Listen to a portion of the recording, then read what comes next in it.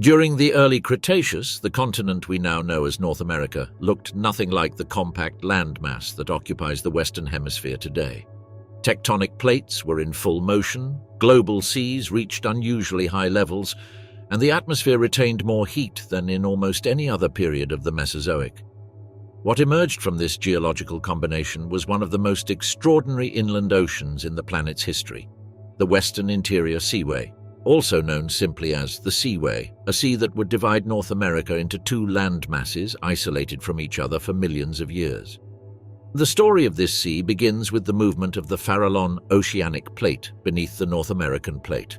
As the oceanic crust subducted downward into the mantle, enormous amounts of magma accumulated at depth, causing widespread uplift across the western part of the continent. Paradoxically, that uplift created farther inland a progressive subsidence that extended from what is now the Gulf of Mexico to the Canadian Arctic.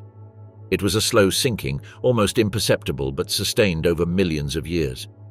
The resulting depression would become the perfect basin for a future inland sea.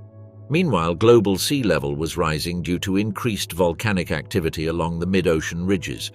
Ocean floors, swollen with magma, displaced enormous volumes of water toward the continents. The warm waters of the Cretaceous encountered no resistance as they began to flood the lowest parts of North America. They first entered from the south, connecting with the waters of the future Gulf of Mexico. Then they advanced from the north, descending from what is now the Beaufort Sea. Eventually, both marine invasions met in the center of the continent, creating an oceanic corridor thousands of kilometers long and hundreds of kilometers wide. This gigantic body of water divided the continent into two great islands, Laramidia in the west, a mountainous and volcanic strip where some of the most iconic Cretaceous dinosaurs would evolve, and Appalachia in the east, a humid, forested territory that remains less explored paleontologically. The Western Interior Seaway became a natural frontier, an ocean separating two biological worlds that barely interacted. What thrived in Laramidia could go extinct in Appalachia, and what evolved in Appalachia rarely crossed westward. The sea acted as an evolutionary barrier, shaping distinct evolutionary lineages from hadrosaurs to ceratopsians. The Seaway was not simply an inland sea, it was a dynamic, changing body of water with surprising variations in depth, temperature, and salinity. In some areas it reached more than 600 meters deep, in others it barely exceeded 50. Its coastlines were unstable, advancing and retreating as global sea level fluctuated over millions of years. Marine currents, fed by colossal rivers descending from the rising mountains to the west, generated turbulent zones where nutrients were constantly renewed.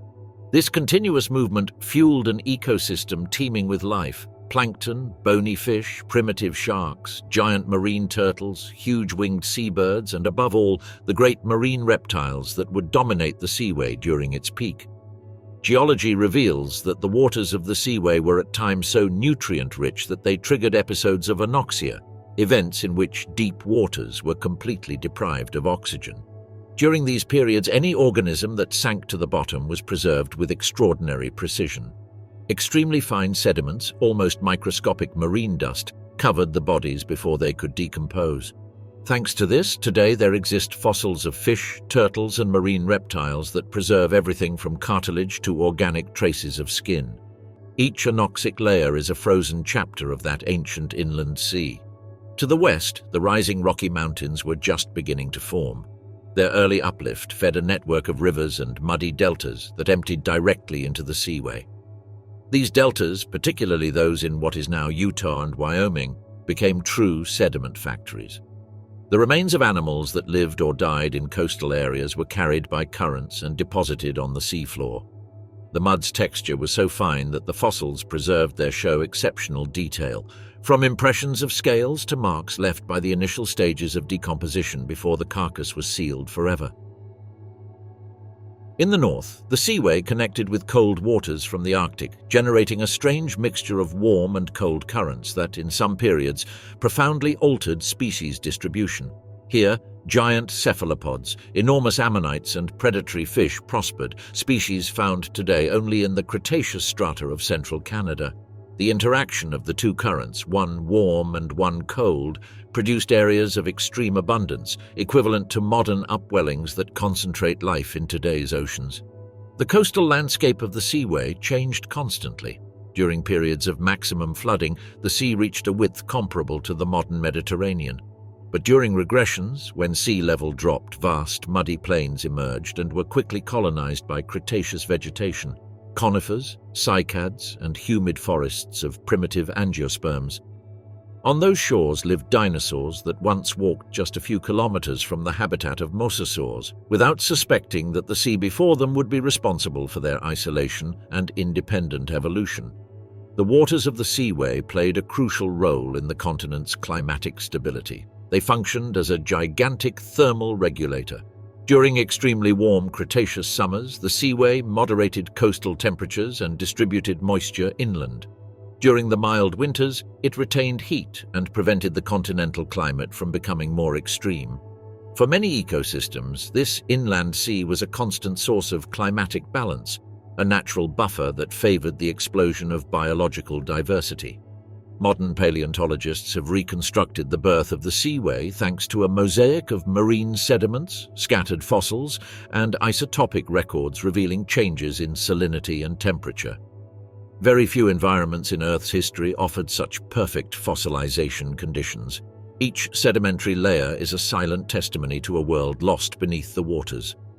The rocks of Kansas, South Dakota, Colorado, and New Mexico contain, embedded within them, the definitive traces of the ancient inland ocean.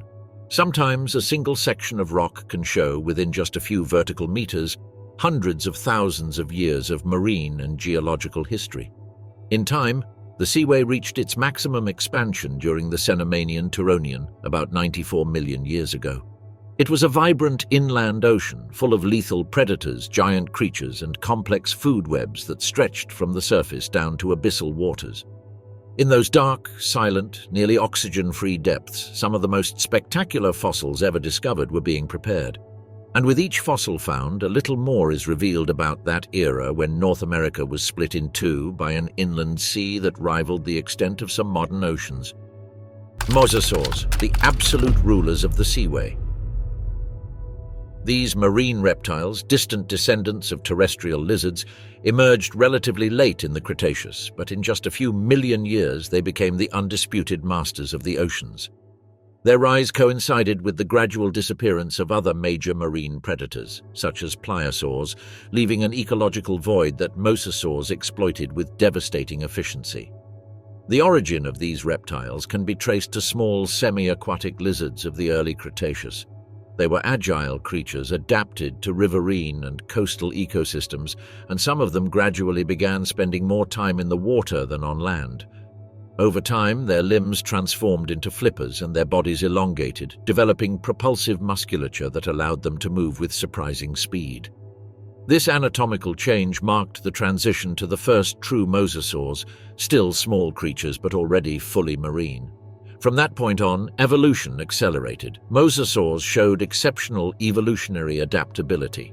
In relatively few million years, lineages emerged that ranged from the slender, swift Cledastes, which rarely exceeded 4 meters, to the gigantic Tylosaurus and Mosasaurus, which could reach dimensions comparable to those of a modern bus.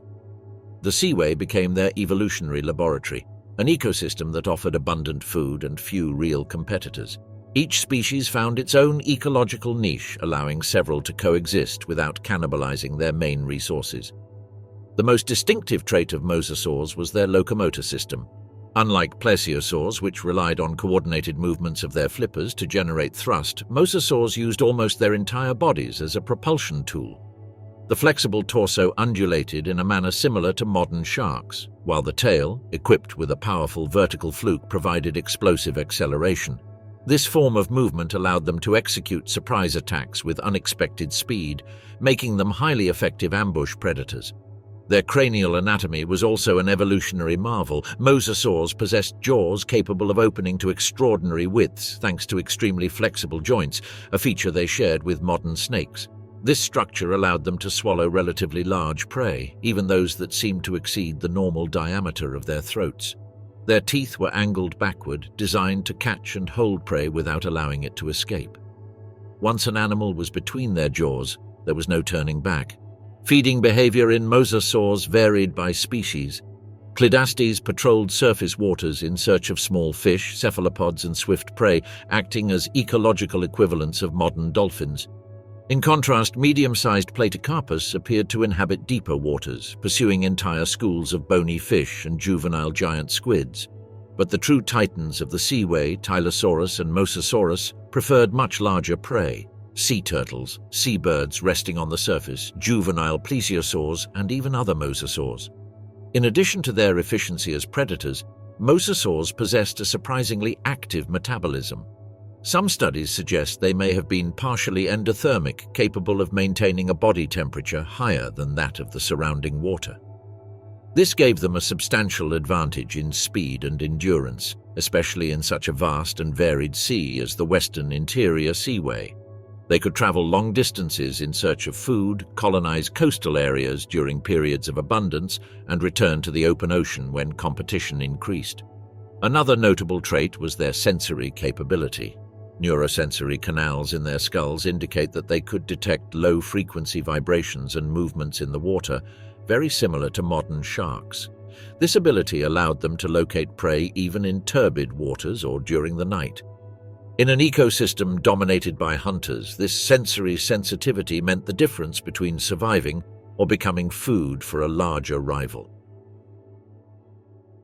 The Seaway offered perfect conditions for their success: warm waters, abundant biomass, and a submarine topography that included coastal platforms, deep depressions, and vast muddy plains. Mosasaurs occupied virtually every zone of the sea. Some preferred areas near the coast where they could exploit schools of fish migrating along warm currents. Others ventured into the open sea where they found larger prey and less competition. This ecological distribution reduced conflict between species and allowed several to reach colossal sizes without severely interfering with one another.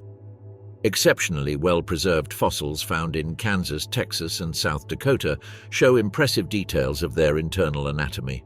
In one of the most significant discoveries, paleontologists identified remains of trachea, soft tissues, and possible skin outlines in specimens of Platycarpus, preserved thanks to anoxic episodes that sealed the carcasses before decomposition advanced too far. These findings confirmed that mosasaurs possessed tails with well-developed vertical flukes, a trait that brought them even closer to shark-like biomechanics. Although they were the kings of the Seaway, mosasaurs also faced constant dangers. The young were vulnerable to attacks from sharks, giant fish such as Xiphactinus, and adults of their own species. Scars on the bones of many adult specimens show that intraspecific fights were frequent. Some displayed deep bite marks, tooth gouges, and fractures that healed over time. These fossil records reveal complex social behavior, likely dominated by territorial competitions or disputes over prey. In such a competitive ecosystem, each encounter could be a battle for survival. Mosasaur reproduction also contributed to their success. Unlike plesiosaurs, which possibly gave birth in deep waters, mosasaurs seem to have preferred relatively protected areas near the inner coasts of the Seaway. There, the young found temporary refuge among marine vegetation and swampy areas before venturing into the open sea. This reproductive strategy allowed them to maintain stable populations even during periods of environmental fluctuation. Mosasaurs dominated the Seaway for nearly 20 million years, from the Cenomanian to the early Maastrichtian. During that time, their lineages evolved into increasingly specialized forms. Some developed robust jaws for crushing ammonite shells or turtles. Others perfected streamlined bodies designed exclusively for pursuing fast prey. And the giants of the lineage, such as Tylosaurus, developed massive skulls capable of ramming like true underwater battering rams. Tylosaurus, the predator with a built-in battering ram. In the vast setting of the Western Interior Seaway, where giant sharks, agile plesiosaurs, and predatory fish such as Xiphactinus competed, there emerged a superpredator whose very form commanded respect, the Tylosaurus. Among all the mosasaurs that ruled that inland sea, this colossus stood out for its aggressiveness, its enormous size, and above all for the most singular natural weapon of its time: a reinforced, elongated skull capable of functioning as a true underwater battering ram. Tylosaurus appeared during the late Cretaceous, roughly 88 million years ago, at a time when marine predators of the Seaway were fiercely competing for resources that were abundant but intensely disputed. From the moment it emerged, this Mosasaur displayed an anatomy radically different from that of its close relatives. The most striking feature was its elongated, massive snout, an edentulous, bony extension at the front of the muzzle known as the tylos, from the Greek protuberance. This structure acted as a blunt weapon, turning the animal into a predator capable of striking first with a devastating blow before using its fearsome jaws. Paleontologists believe this natural battering ram served multiple functions. On one hand, it acted as a tool for ramming large prey, surprising them from below or from the side and stunning them before the fatal bite.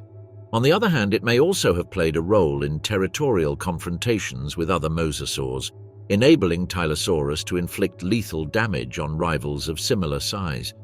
Some fossils show rib fractures and crushed skulls that match almost perfectly the shape of this frontal protuberance, suggesting that the impacts were specific, precise, and extremely violent. But impact alone did not explain its dominance.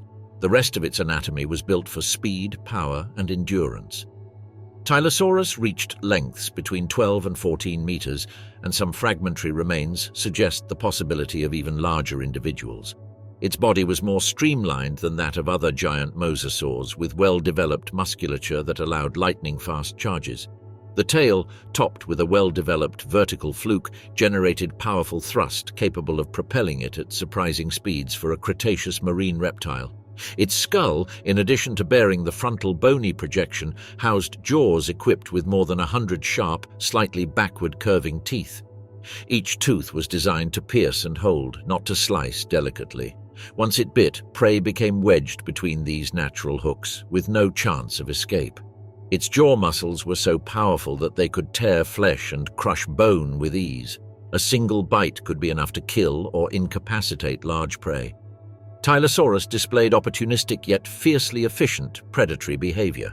Fossils reveal a varied diet that included large fish, sharks, seabirds, turtles, juvenile plesiosaurs, and at times other mosasaurs.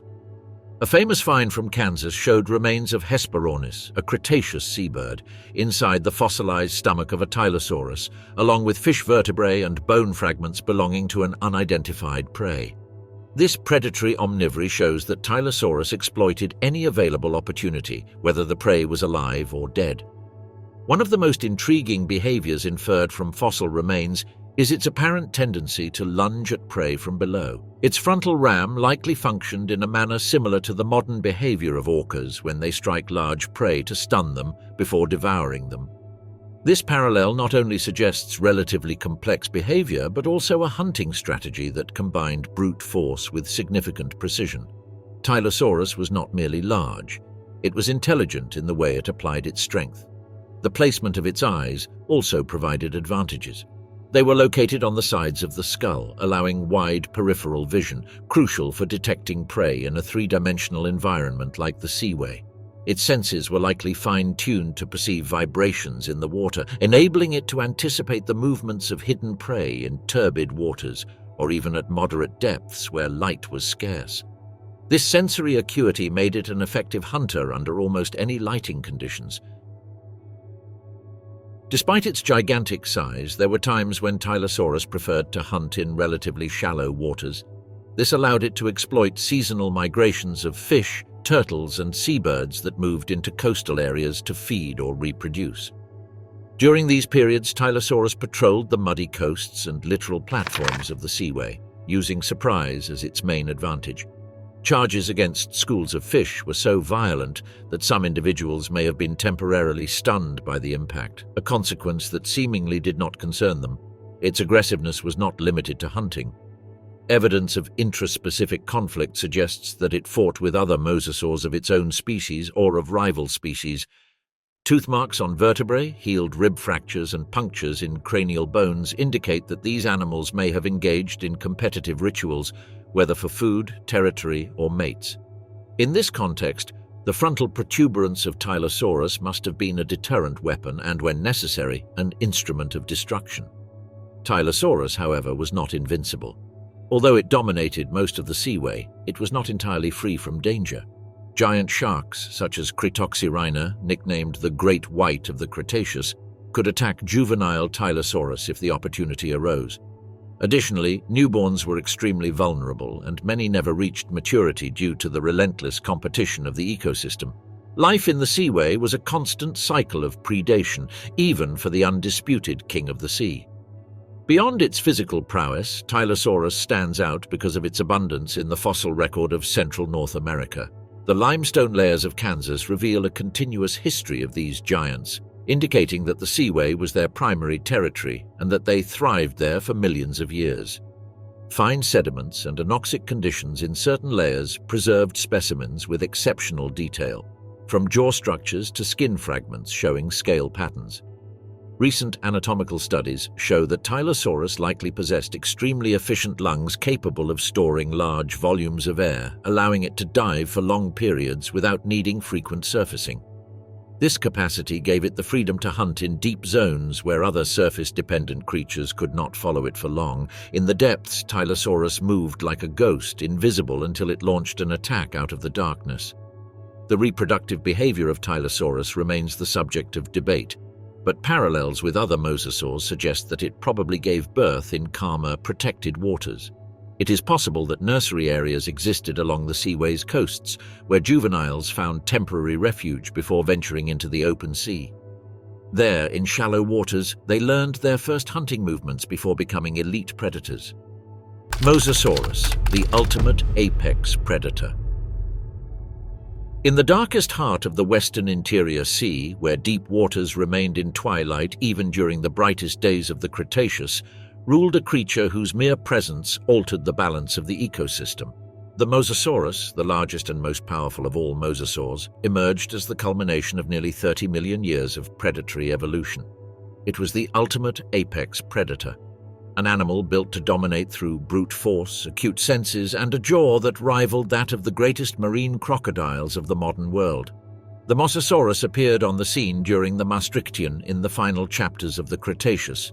Its origin lay in a lineage of robust mosasaurs that had steadily increased in size as they exploited increasingly ambitious ecological niches. Its elongated body, powerful musculature, and well-developed tail fluke demonstrated a level of adaptive perfection unmatched by any other marine reptile in the Seaway. In life, it could exceed 15 meters in length, and some specialists suggest that exceptional individuals may have approached 17 or 18 meters, rivaling the great oceanic predators of all eras. If the Tylosaurus inspired terror with its speed and ramming snout, the Mosasaurus did so with sheer physical presence. Its skull, broader and more massive, housed a dentition of more than 40 pairs of conical teeth, sharp and inward-angled.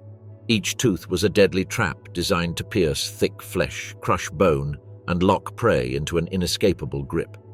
What truly set it apart was the way it used its skull as a destructive lever. Its bite force exceeded that of any known mosasaur, a power comparable to some of the greatest apex predators in natural history. Anatomically, the Mosasaurus was bulkier than its relatives. It possessed reinforced musculature at the base of the neck, allowing it to swing its head with explosive violence. Its ribs were thicker and more robust, built to withstand intense torsion during struggles with large prey. Every vertebra contributed to a body axis capable of producing thrust comparable to that of a modern great white shark, but at a far greater scale. Its skin, likely scaly and mottled, would have helped camouflage it in the turbulent waters of the Seaway, blurring its silhouette as it stalked from below. The Mosasaurus was also a patient hunter, in contrast to the impulsive ramming attacks of the Tylosaurus. Its hunting technique relied on silent stalking. It remained hidden beneath the currents, slowly ascending without creating detectable turbulence, then rising beneath its prey with brutal acceleration. When it attacked, it did so in a single decisive movement. It did not need a second chance. One snap of its jaws could split a sea turtle's shell in half or tear a limb from a juvenile Plesiosaur before it could react. Its hunting style combined brute force with surgical precision. Its diet was the broadest among the giant mosasaurs. It consumed large fish, seabirds, turtles, sharks, plesiosaurs, and even other mosasaurs if given the opportunity. A fossil found in South Dakota showed bite marks attributable to a Mosasaurus on the pelvis of a plesiosaur, indicating it attacked other predators of the Seaway without hesitation. This aggression was not an occasional accident. It appears to have been a consistent feature of its behavior. Unlike the Tylosaurus, which favored direct strikes and violent charges, the Mosasaurus frequently used tearing techniques. Once it captured prey, it shook its head side to side with such force that it ripped off large chunks of flesh in seconds. This strategy required remarkable muscular control and coordination, evidence of a predator not only powerful but highly specialized. Fossils reveal another key aspect: its ability to dominate the deeper zones of the Seaway. Anatomical adaptations suggest the Mosasaurus could descend to depths where light was minimal. Its relatively large eyes imply a developed visual capacity for detecting contrasts in low-light conditions. This sensory advantage made it a lethal hunter both at the surface and in the shadow depths of the inland sea. Like all mosasaurs, Mosasaurus gave birth to live young. This reproductive strategy likely occurred in safer coastal areas rather than in the deepest parts of the Seaway. Females may have moved toward quieter waters to give birth, where risks and currents were lower. Yet even in these zones, newborns faced a world where sharks, giant fish, and other mosasaurs posed constant threats. Only a fraction ever reached adulthood. Confrontations between mosasaurs were likely frequent. Fossils with healed bite marks on vertebrae and the snout indicate territorial battles of considerable intensity. In an ecosystem where every resource was contested by enormous predators, conflict was inevitable. The Mosasaurus, with its overwhelming strength and unrivaled bite, must have been a fearsome opponent even for other giants. But its reign was not completely free of threats. Juveniles or sick individuals could fall prey to sharks, such as Critoxyrhina, whose teeth are often found associated with juvenile Mosasaur remains. The relationship between Mosasaurus and the other great predators of the Seaway was a continuous dance of competition and dominance. The muddy shores of central North America became the stage of an unstable balance where no predator was ever fully safe. There, in those sediment-laden deltas, some of the best-preserved Mosasaurus fossils have been found.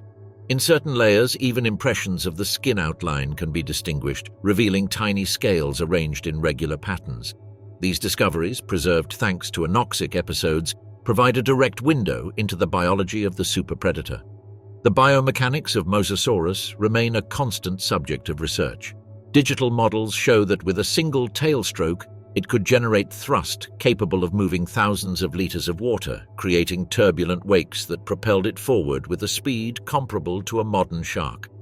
Its swimming style was not that of a clumsy reptile, but of a finely tuned hunter in a changing environment. Its dorsal muscles functioned like organic springs, able to release stored energy in fractions of a second. The presence of Mosasaurus in the Seaway was so dominant that it altered the structure of the ecosystem itself. Fish and marine reptiles developed defensive behaviors, specific migrations, and anatomical adaptations shaped by the predatory pressure this giant imposed.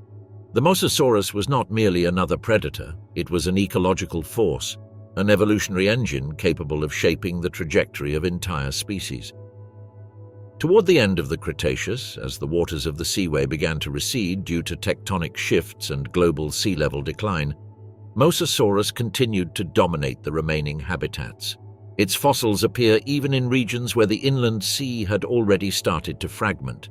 It was an adaptable survivor, able to move between coastal, deep, and transitional environments. However, the mass extinction that closed the age of dinosaurs abruptly ended its reign. Deinosuchus, the largest crocodilian in history.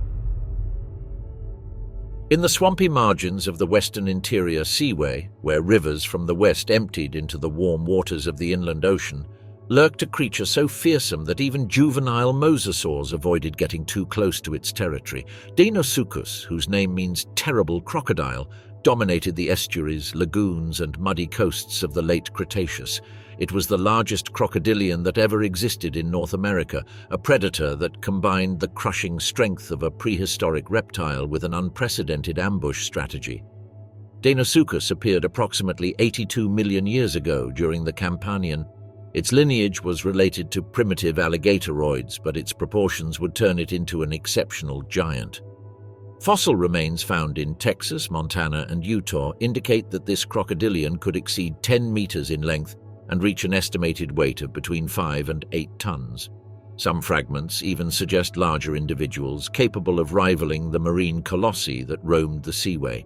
Its size placed it among the apex predators of the ecosystem, both in riverine and coastal environments. The skull of Deinosuchus was its ultimate weapon. It measured more than 1.5 meters long and possessed a densely reinforced bone structure. Its teeth, thick and conical, were designed to crush, not just pierce.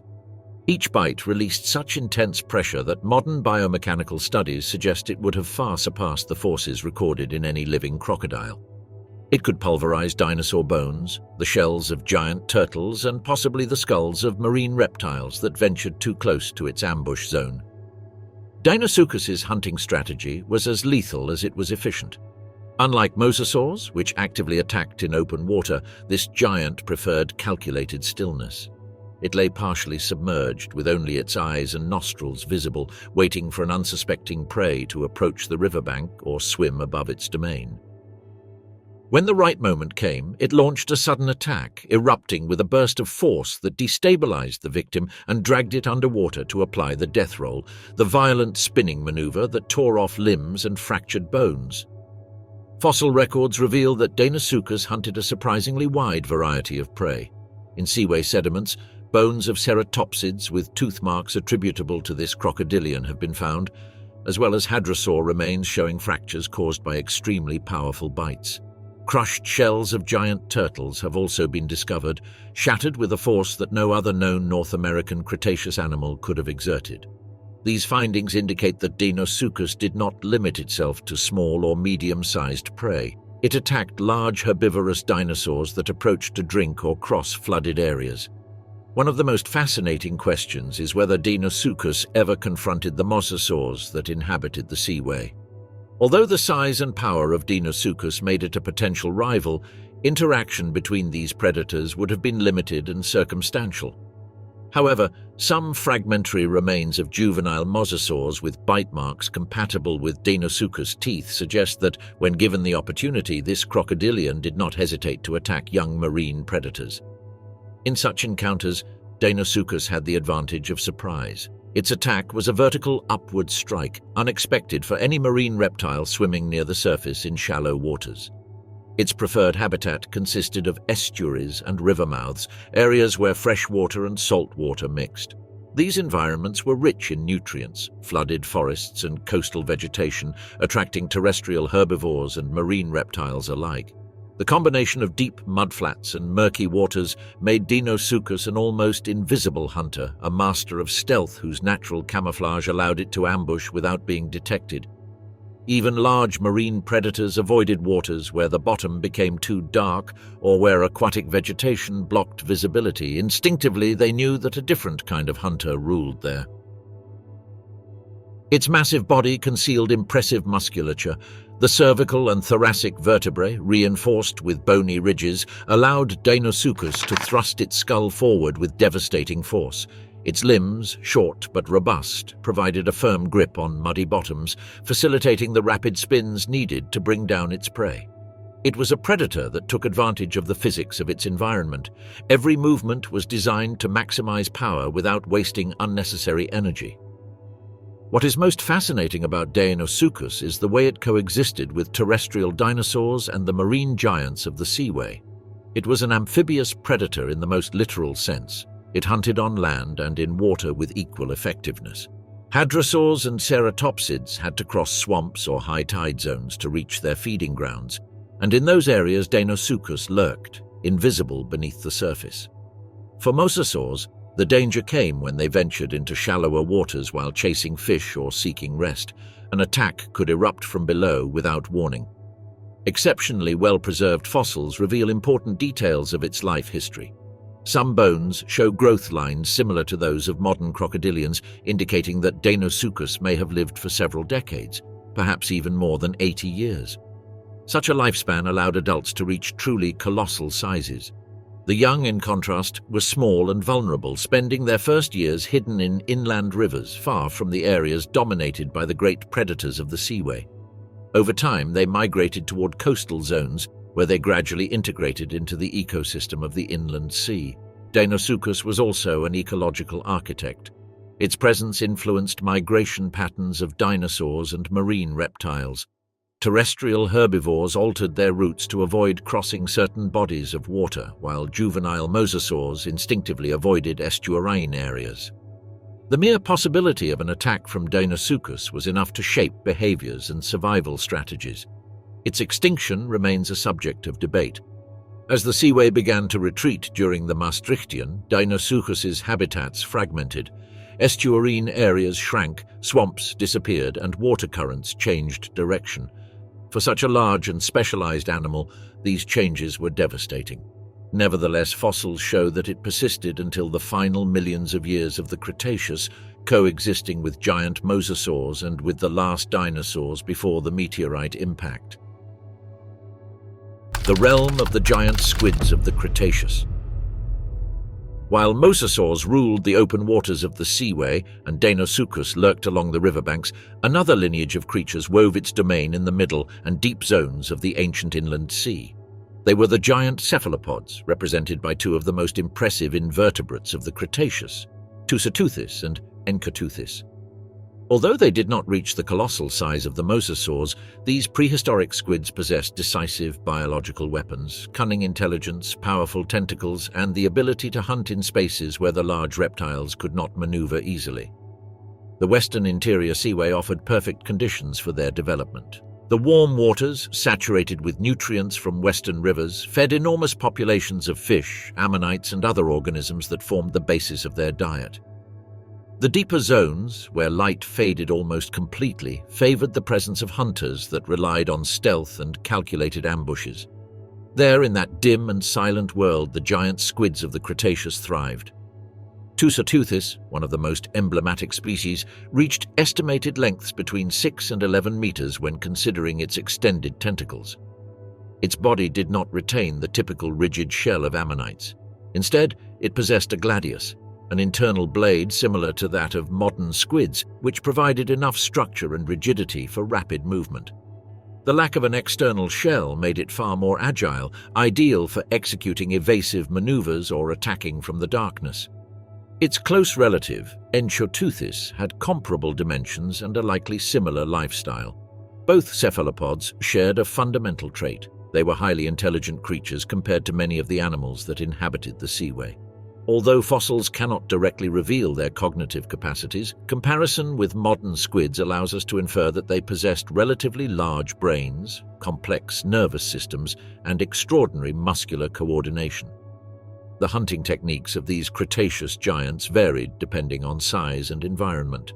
In the deep zones, where darkness reigned almost completely, they used ambush strategies. They remained practically motionless, suspended in the water column thanks to the fine-tuned buoyancy of their bodies. When a fish, an ammonite, or even a juvenile reptile passed nearby, the tentacles extended with blinding speed. Those tentacles, equipped with suction cups and horny structures, closed around the prey before it could react. In more illuminated regions, these squids adopted active tactics. They moved in zigzags, chased schools of fish, and cornered them in areas where water density made escape difficult. The speed they could reach, though slower than that of the mosasaurs, was impressive for a large invertebrate. Their hydrodynamic bodies and jet propulsion allowed them to execute short, powerful bursts, enough to capture prey that depended solely on speed for survival. Fossils of Tusateuthis often appear fragmented since its soft body structure did not preserve easily.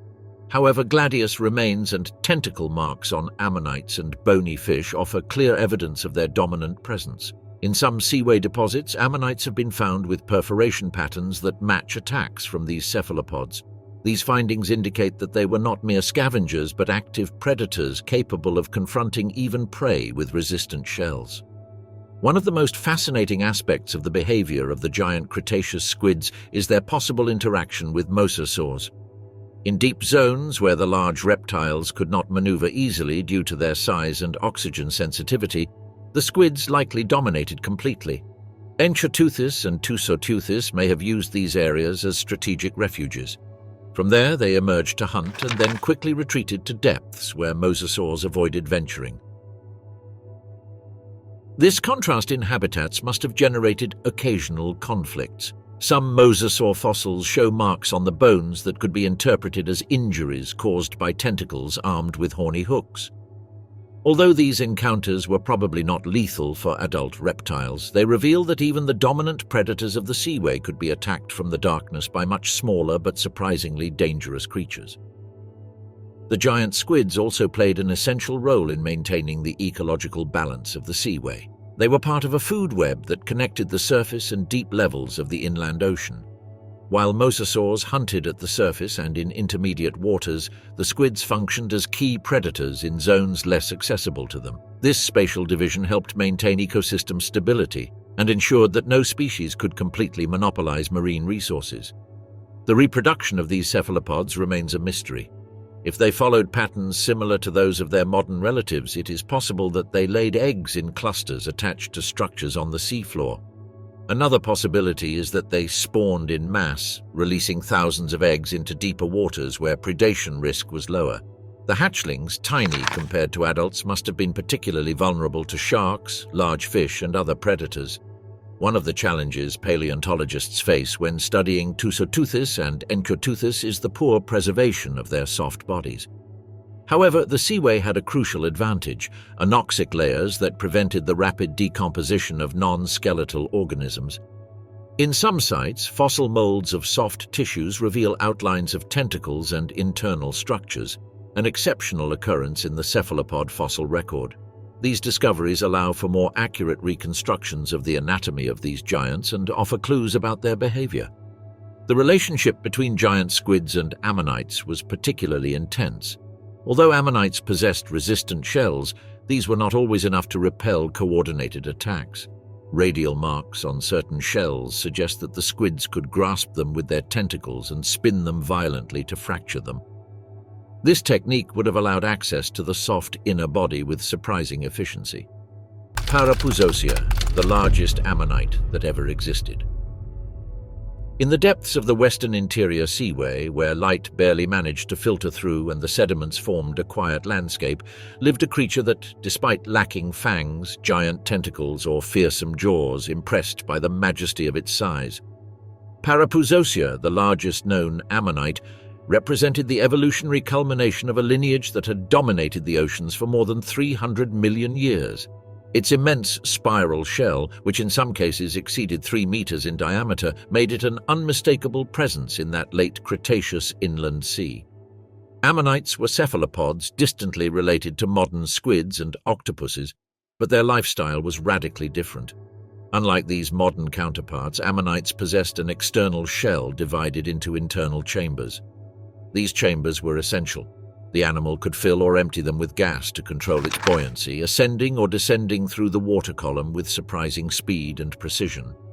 In the case of Parapuzosia, this shell reached titanic proportions, raising questions about its way of life, its mobility, and its ecological role within the Seaway. The discovery of Parapuzosia dates back to the 19th century, when paleontologists found fragments of giant shells in Texas, Kansas, and northern Mexico. Initially, these remains were considered anomalies or deformed specimens of common ammonites. Over time, however, it became clear that they belonged to an extraordinary species, one that had evolved to become the largest of its kind. Some complete specimens found in Germany and Mexico exceed 2.5 meters in diameter, and certain fragmentary records suggest that even larger individuals may have existed. The shell of Parapuzosia was a marvel of natural engineering.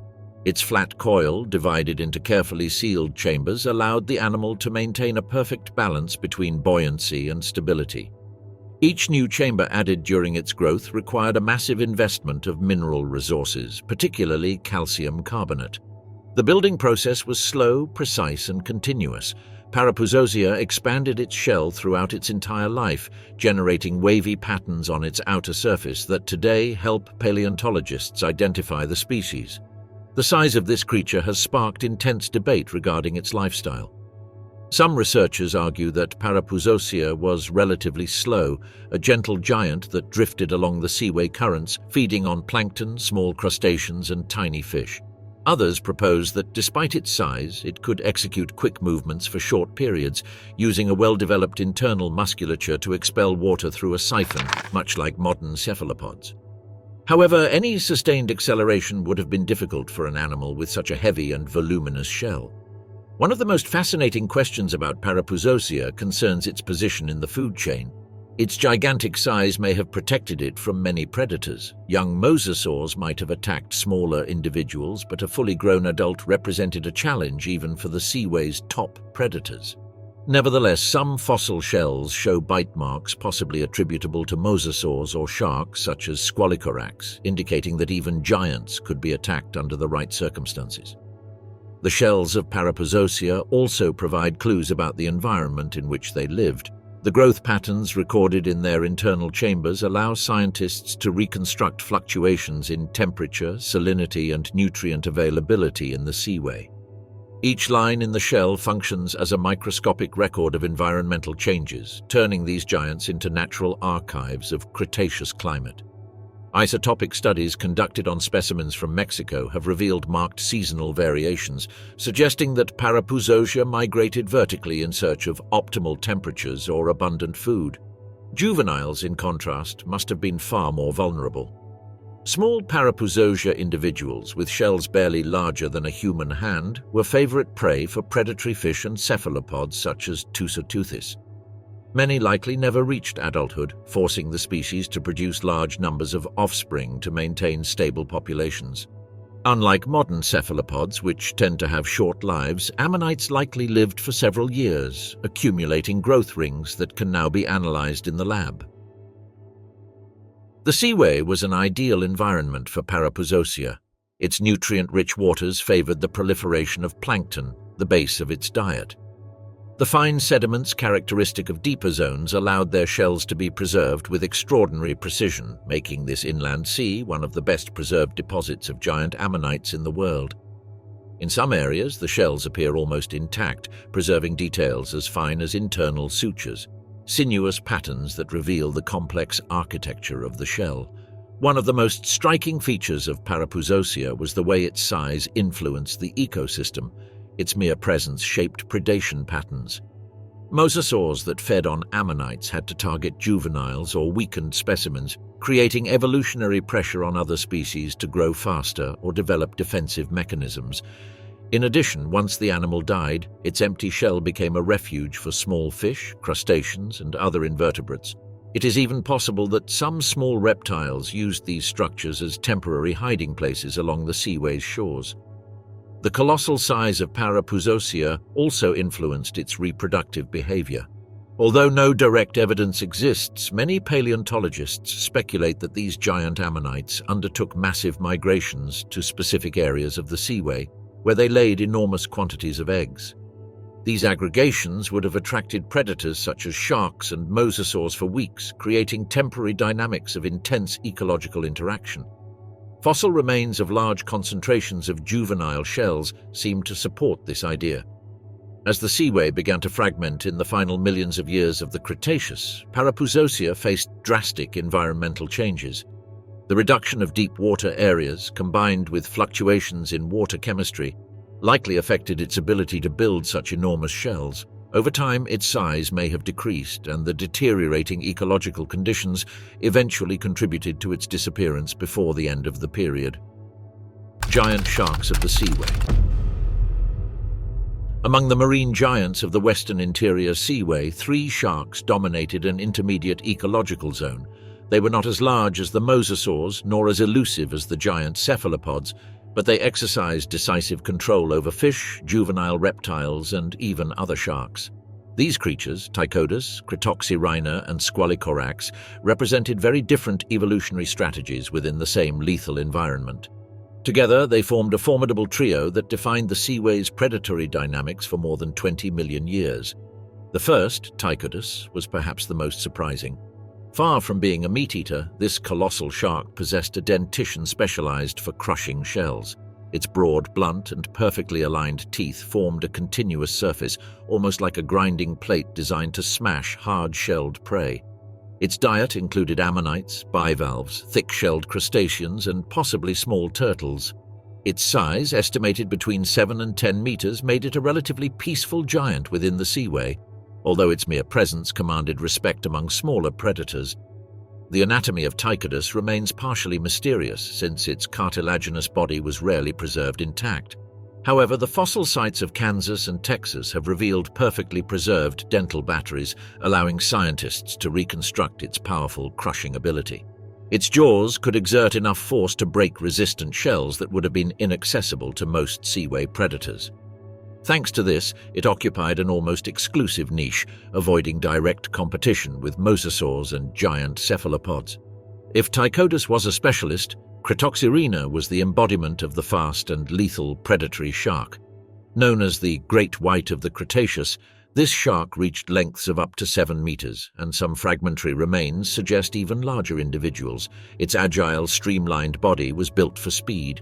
Its teeth, long, sharp, and slightly curved, were perfect for tearing flesh at high speed and penetrating thick tissues in a single attack. Paleontologists have found Cretoxyrina remains in nearly every well-preserved Seaway layer, and the evidence of its diet is the most impressive. Jaws with worn teeth, associated bone fragments, and bite marks on juvenile mosasaur fossils reveal that this shark even attacked marine reptiles. Vertebrae of plesiosaurs have also been found with distinctive marks matching its dentition pattern. Cretoxyrina was an opportunistic, bold, and highly aggressive hunter. Its hunting style likely resembled that of modern mako sharks: silent approach, sudden acceleration, and an attack so fast the prey barely had time to react. Its speed allowed it to hunt large fish, late-surviving ichthyosaurs, and seabirds that ventured too far from the surface. Although it could not compete directly with adult mosasaurs in size or strength, it did represent a real danger to juveniles which had to avoid open waters during their early years. The third member of this predatory trio, Squalicorax, had a completely different style. Nicknamed the crow shark, it was both an active hunter and an opportunistic scavenger. Measuring between 3 and 5 meters, its bite, characterized by triangular serrated teeth, made it a constant threat to any injured or weakened animal. Its teeth appear embedded in the remains of mosasaurs, turtles, plesiosaurs, and even terrestrial dinosaurs that had been carried into the sea. The presence of Squalicorax bite marks on dinosaur fossils is especially revealing.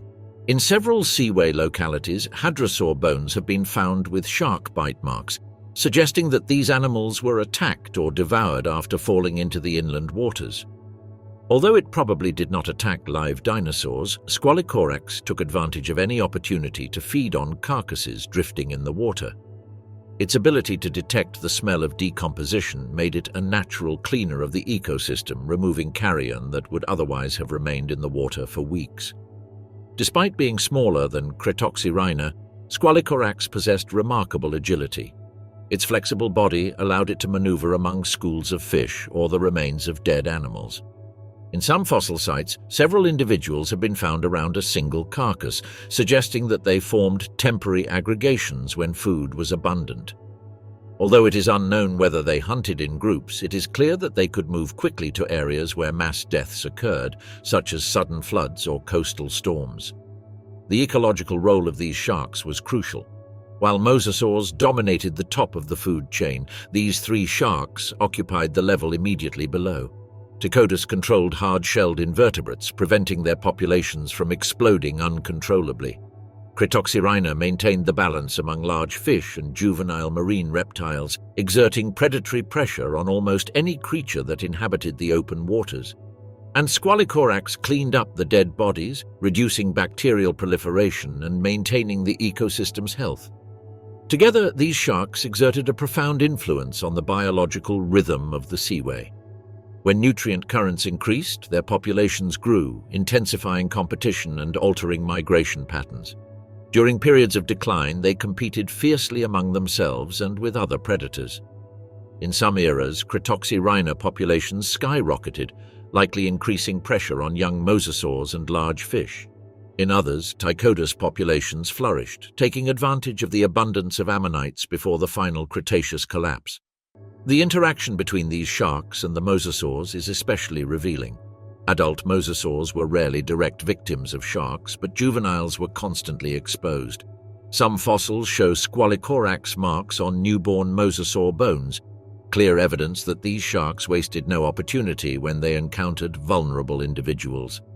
Cretoxyrina, for its part, could occasionally confront medium-sized mosasaurs, though these encounters must have been dangerous for both species. When the Seaway began to shrink in the last millions of years of the Cretaceous, these sharks also faced dramatic changes. The reduction of deep habitats affected Tylosaurus, which depended on areas rich in invertebrates.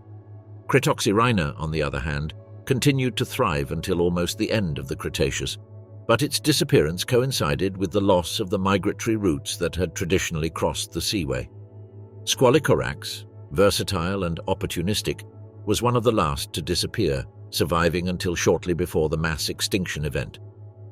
Xiphactinus, the killer fish that swallowed whole prey. In the murky and treacherous waters of the western interior Seaway, where giant sharks patrolled the mid-zones and mosasaurs reigned in the depths, there existed a predator that didn't need serrated fangs or enormous tentacles to inspire terror. Xiphactinus, a bony fish nearly 6 meters long, combined surprising agility with a ferocity that surpassed even some marine reptiles. Its reputation did not arise from its size, but from its ruthless hunting style. This monster could swallow prey almost as large as itself in a single gulp. Xiphactinus appeared during the late Cretaceous, when the western interior Seaway was at its ecological peak. Its warm, nutrient-rich waters supported a vibrant food chain dominated by large fish, sharks, marine reptiles, and cephalopods. In this competitive world, Xiphactinus established itself as one of the most lethal mid-level predators, surpassed only by adult mosasaurs. Fossil finds reveal that its distribution covered much of the Seaway, from deep zones to coastal platforms where it ambushed schools of fish and juveniles of other species. The anatomy of this fish was a marvel of predatory efficiency. Its body, elongated and extremely hydrodynamic, was built for high speeds. Its long, rigid fins acted as rudders that allowed it to make quick directional changes to capture evasive prey. Its crescent-shaped tail generated powerful thrusts that propelled it forward with a speed comparable to that of the most agile modern predators. But what truly made Xiphactinus terrifying was its head. Its enormous skull, nearly a third of its total length, housed a mouth armed with dozens of long, narrow, razor-sharp teeth arranged like stakes in a deadly wall. These teeth were not designed for crushing, but for piercing and gripping large prey. Once trapped between its jaws, a fish could not escape. The backward inclined teeth prevented any movement in the opposite direction. Its bite was fast, precise, and brutal. The most famous trait of this animal comes from one of the most extraordinary fossils ever discovered in North America. In Kansas, a fossilized Xiphactinus was found with an entire fish inside its abdominal cavity. Agillicus arcuatus, nearly 2 meters long, its body bent but not fragmented. Xiphactinus had swallowed it whole. This discovery revealed not only its physical ability to engulf large prey, but also an impulsive and extremely risky hunting style. Some paleontologists believe that this individual may have died as a direct result of swallowing prey too large to digest without internal injury. The behavior of Xiphactinus remains a subject of study, but the fossil record allows key aspects to be reconstructed. Everything indicates that it was an active hunter, capable of pursuing prey for long periods before launching a sudden attack. Its vision must have been excellent, enabling it to detect movement at a distance in relatively clear waters. It also likely reacted to vibrations generated by injured fish or moving schools rushing toward them with explosive speed. Unlike the sharks of the western interior Seaway, which ranged from opportunistic hunters to scavengers and specialists, Xiphactinus was a pure predator. Its diet included bony fish, cephalopods, seabirds that dove too deeply, and even juvenile plesiosaurs and mosasaurs when the opportunity arose. Although it could not confront adult reptiles, it posed a mortal danger to smaller creatures venturing into open waters. Fossil marks on the remains of fish and reptiles suggest that the attack of Xiphactinus resembled that of some modern fish, such as the mahi-mahi or the barracuda. It approached from a lateral angle, bit violently to incapacitate the prey, and then returned to swallow it whole or in large sections.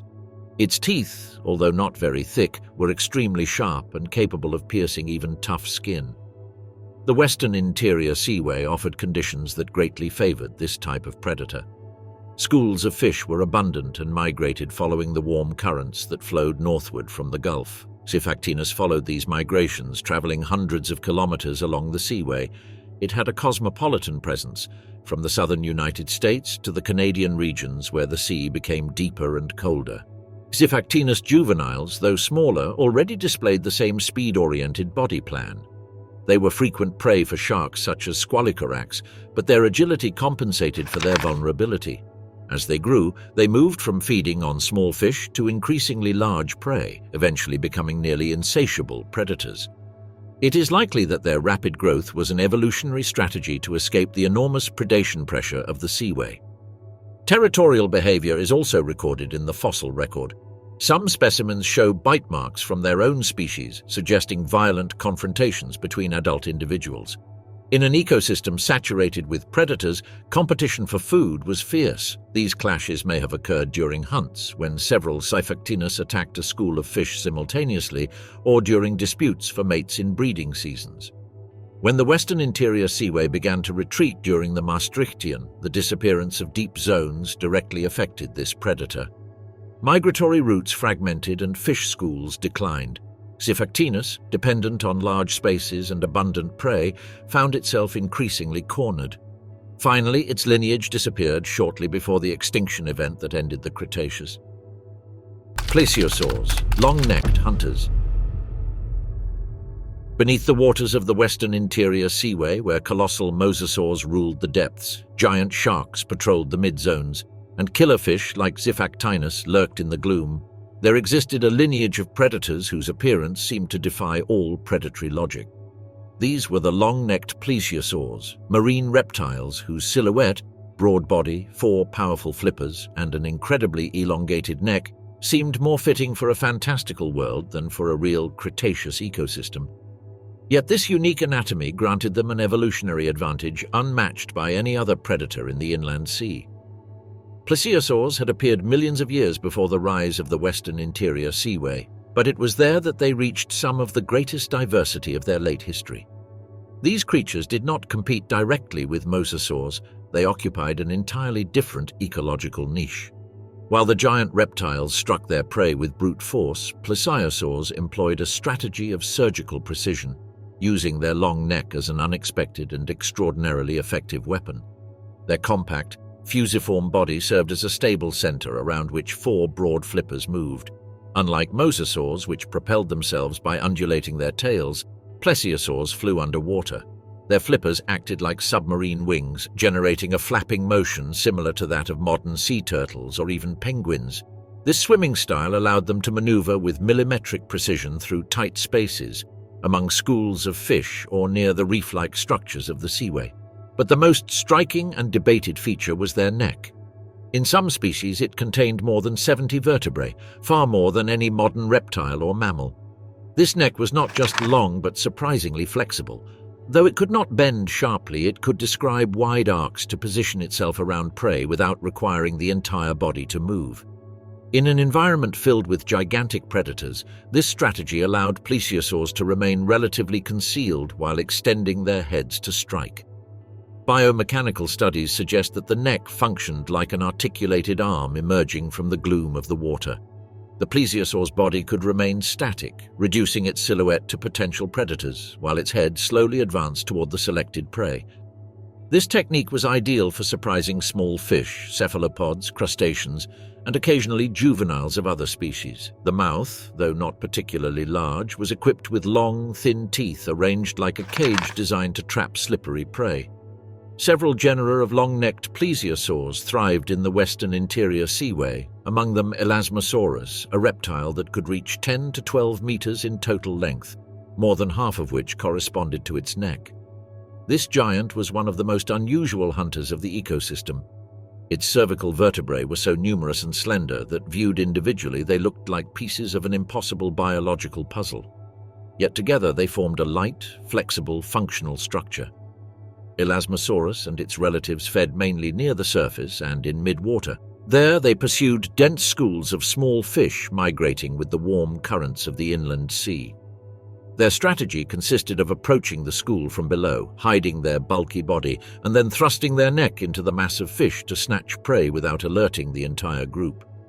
This tactic prevented the school from fleeing all at once, allowing the plesiosaur to repeat the attack several times in just a few minutes. Although they were often imagined as awkward creatures because of their disproportionate necks, the fossil evidence reveals that they were surprisingly agile.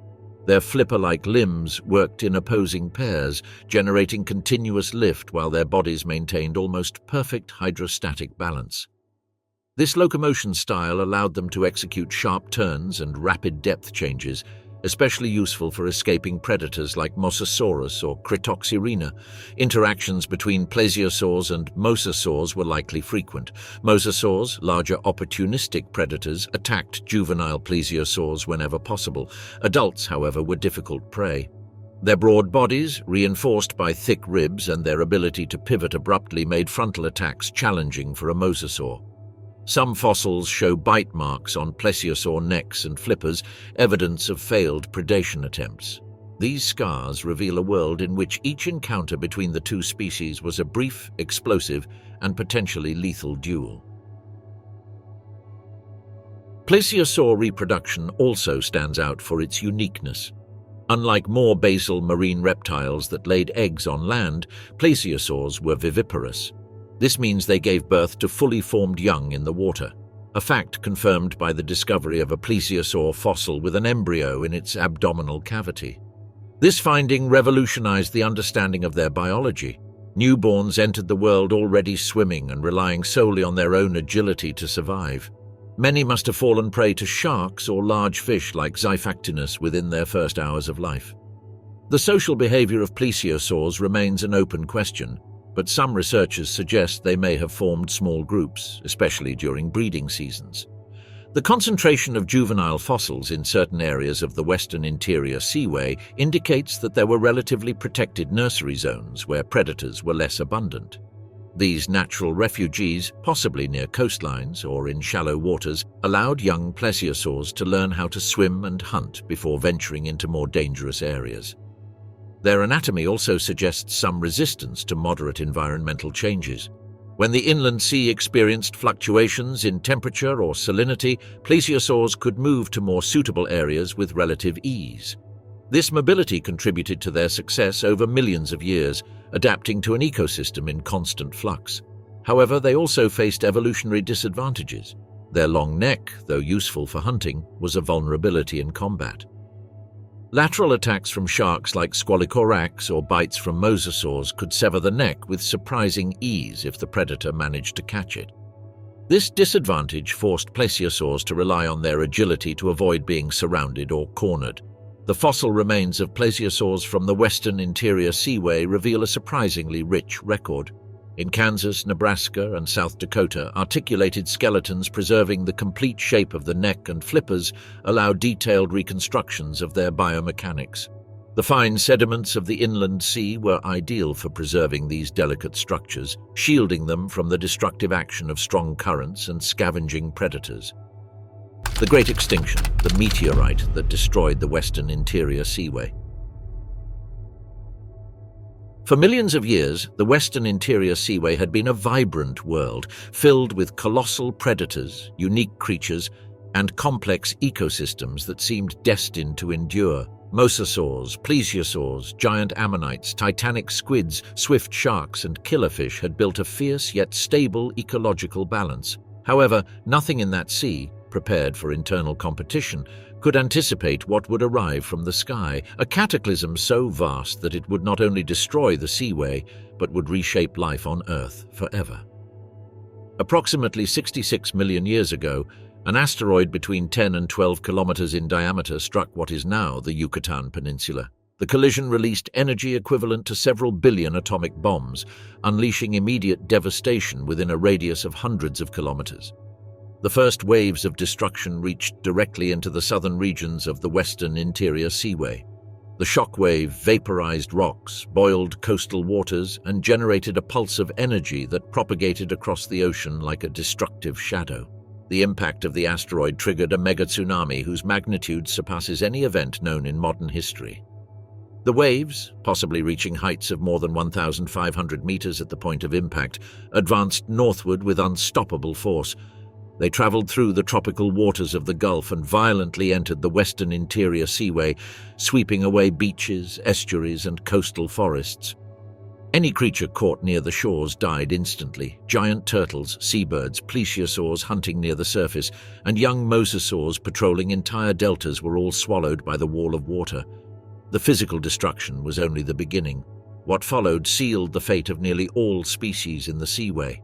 When the asteroid struck Earth's crust, it hurled an immense cloud of dust, vapor, and sulfates into the atmosphere, rising all the way to the stratosphere. This material, dispersed across the globe, blocked sunlight for months, perhaps years. Photosynthesis came to a halt within days, affecting first the plankton of the interior sea and then all organisms that depended directly or indirectly on it.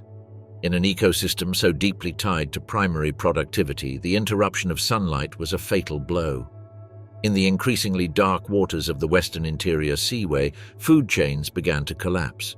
Small fish, deprived of food, died in massive numbers. Sharks, such as Squalicorax, lost their regular sources of carrion. Cretoxyrhina, unable to find sufficient prey, saw its populations plummet within weeks. Xiphactinus, highly dependent on large fish and abundant schools, faced a devastating ecological famine. The remains of individuals perished in shallow waters, where their complete skeletons are found today, silent witnesses of a collective death. Mosasaurs faced an even more dramatic fate. Though they were opportunistic predators, they could not survive in a sea where fish had almost entirely disappeared. Their metabolism, possibly active, required large amounts of food, and starvation spread rapidly through their populations. Young individuals, unable to compete, died first. Adults followed soon after, leaving behind an abundant fossil record in the final layers of the Maastrichtian. Their bodies settled on seafloors that were already becoming anoxic due to the excess of decomposing organic matter.